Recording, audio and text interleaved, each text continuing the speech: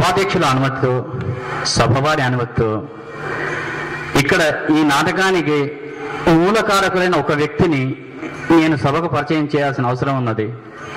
ఆమె మరెవరో కాదండి, నా భార్య. దయచేసి ఒకసారి వేదిక మీదకి రావాల్సిందిగా కోరుతున్నాను.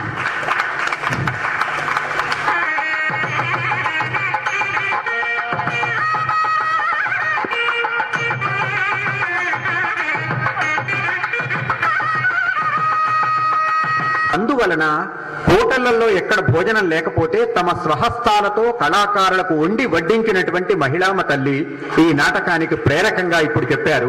వారిని వేదికపైకి రావాల్సిందిగా మేడం గారు.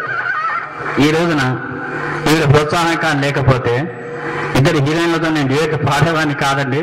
ఒక డ్యూయట్ చూసింది, ఇంకా 2 డ్యూయట్ చూడడానికి సిద్ధంగా ఉన్నది.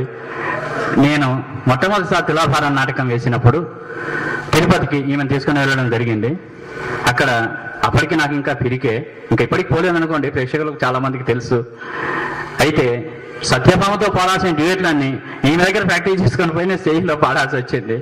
ఇంతగా నాకు సహకరిస్తున్న నా ధర్మపత్నికి సభాముఖంగా కృతజ్ఞతలు సమర్పించుకుంటున్నాం.